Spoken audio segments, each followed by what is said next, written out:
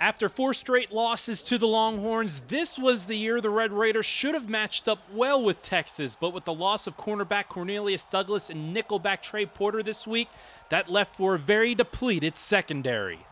We had to play a couple of guys at defensive back that wouldn't have been in there had we not had injuries. So they took advantage of it. They saw it. You got to give it to them. They took advantage of going after a corner that hadn't played much all year long and obviously made the play.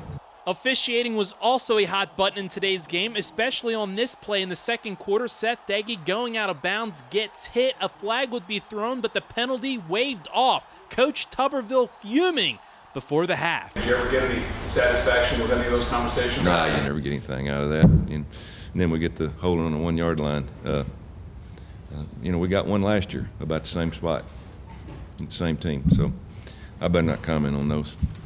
Coach Tuberville really wasn't going to get into the officials and talking about any missed calls or what. When you look back at this game, is it going to be more execution from you guys or maybe the officiating? I'll blame that completely on ourselves. It's not really with the refs who's out there playing, so this is up to us that we got to take care of our responsibilities. And we made a few minor mistakes that they capitalized on. Were there any calls out there that raised an eyebrow for you, though? I mean, there's always some, but you can't really do nothing about it. Did the officiating get to you at all? No, I mean you can't. I mean you can't let it. You gotta keep playing. I mean I thought we did a really good job of doing that. Every time we did get a penalty, we kept playing, and we had opportunities to make up for some penalties that hurt us. But we just didn't finish, and that was a big thing that we've been talking about all week is we wanted to finish.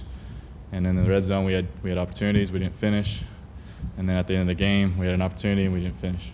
So the Red Raiders not wanting to comment about the officiating and its loss to UT. Not a lot going well, period, today at the Jones. In between the first and second quarter, Midnight Matador, the horse that's been leading the Red Raiders onto the field for the last 11 years, retiring due to an injury. The new horse, though, making its debut during the third quarter, but not liking the atmosphere, period, here at Jones AT&T Stadium, bucking a few times and eventually throwing the Masked Rider off of its back.